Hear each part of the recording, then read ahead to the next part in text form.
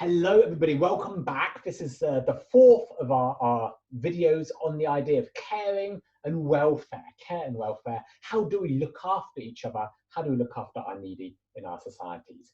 I'm taking you on a journey through the English history of poor relief. We looked at the Elizabethan arrangements in our last video. Now we're going to examine poor relief in the Victorian period. I've got quite a striking photo here. We're going to look at this together in a few moments.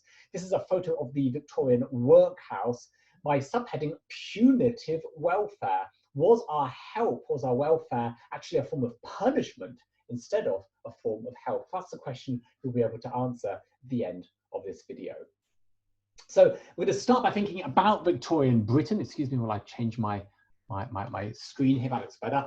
What do you know about Britain in the time of Queen Victoria? When was this? For orientation, she was crowned in 1837. She died in 1901. What do you know about Britain in this period? Discuss with your partner. Pause now. What did you come up with exactly? I'm guessing that you're familiar with this idea of industrialization spreading across Europe at that period. This is the time when Germany certainly was right in the middle of its period of industrialization. Germany was industrializing.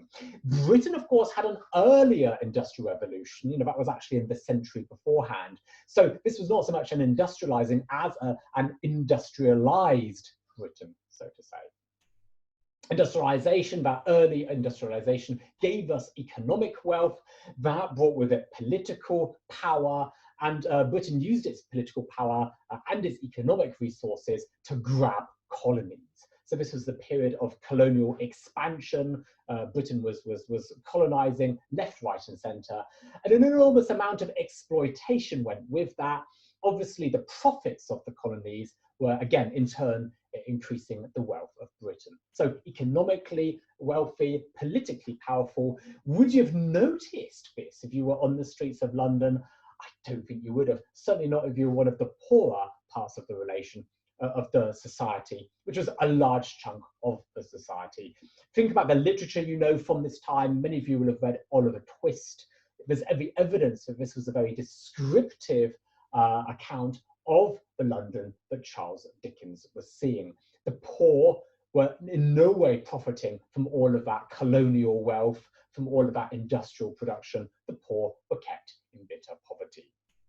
So a strangely split society on the one hand, an economically and politically powerful nation, on the other hand, a nation, you know, whose poor were in bitter poverty. A strange setting for our consideration of Victorian welfare. Where does it start? It starts with a new law. Now, a recap, we talked about the older laws going back to the time of Queen Elizabeth. Spectacularly old legislation, spectacularly old acts of parliament designed to provide an organised source of poor relief. The poor relief came from your hometown, from your parish. They would help you if you were needy. And that system was in place at the end of Queen Elizabeth's reign as queen in the early 1600s.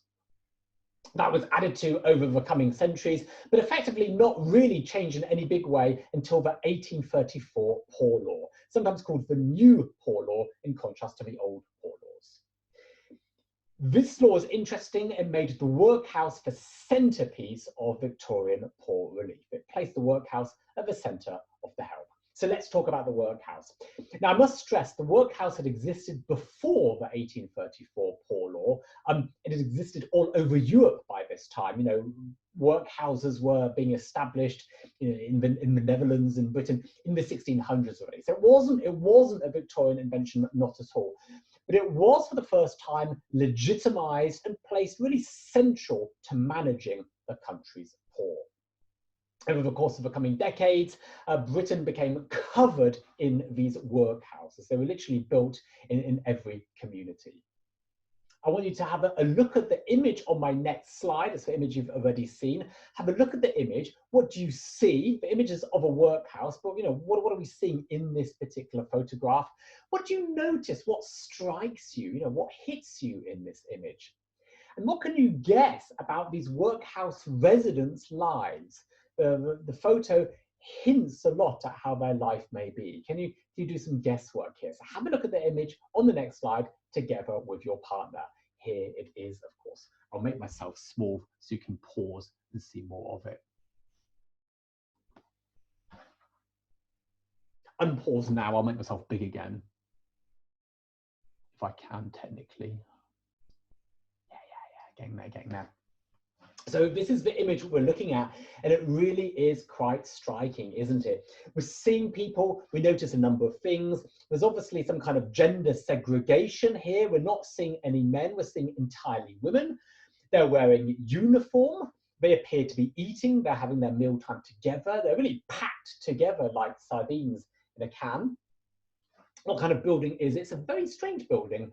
The windows may make us think of a church building of that period. It looks a little bit like kind of a Baptist church, doesn't it? It's not. This really is a purpose-built workhouse. I think it's a London workhouse, the photo credits at the end of the presentation. So this is a workhouse building which obviously has large halls. In this case, kind of a large refectory or a large dining hall, so to say. They're eating together. What did they do after eating together? As you might have guessed, this is called a workhouse. They would have been working together, and they would have then been sleeping together in another part of the building. So the idea is that their day is spent entirely in this total institution. So what was a Victorian workhouse? It was a place for various people unable to support themselves. The residents, they worked, they took their meals, and they slept in the workhouse. To be admitted, to be allowed into the workhouse, there would be a formal assessment. So there would be an interview, they'd be asked about their life. An officer interviewed the applicant, and then a board, a committee decided on the admissions. Families were split up. We weren't seeing any men or children in that image because the men and the children would have been housed separately. They'd be eating separately, sleeping separately, and working separately. The men, the women, and their children, they lived in separate parts of the building. What were these places like? Rules and regulations would vary from place to place, but the principle was always they were strict. Alcohol and tobacco prohibited. Uniforms were worn. Cleanliness and order were enforced. Permission was required to leave the workhouse. You could leave, but they were quite hard to get out of. Work was hard. The men were typically doing things like stone breaking, so small stones are useful for road building, and the men were bashing the large stones into smaller pieces. Women did something called oakum picking. Basically, think of rope, the rope used by the shipping industry. Old bits of rope could be broken apart. The individual strands would be pulled apart, and they were then useful for the shipping industry. They were dipped into oil and used to actually seal the boats. So a very, very unpleasant work. It may seem easy for the first 5 minutes, but after a while, your fingers become raw and bloody with the unpicking of this rope. So really unpleasant work. Protest and criticism.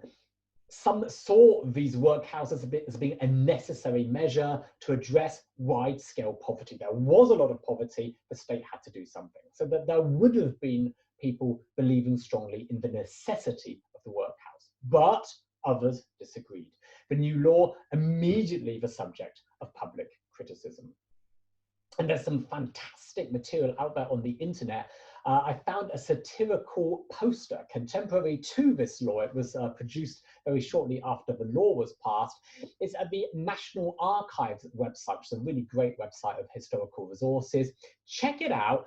There's a nice exercise there. You can actually move your cursor over this image that we're talking about. You'll hear people read out what's written on this satirical poster, and you're invited to reflect. There's even a little true and false test, so you can check the historical accuracy of this fascinating source. So do the exercise together with your partner. I think you'll find it good fun. Do have a look at that.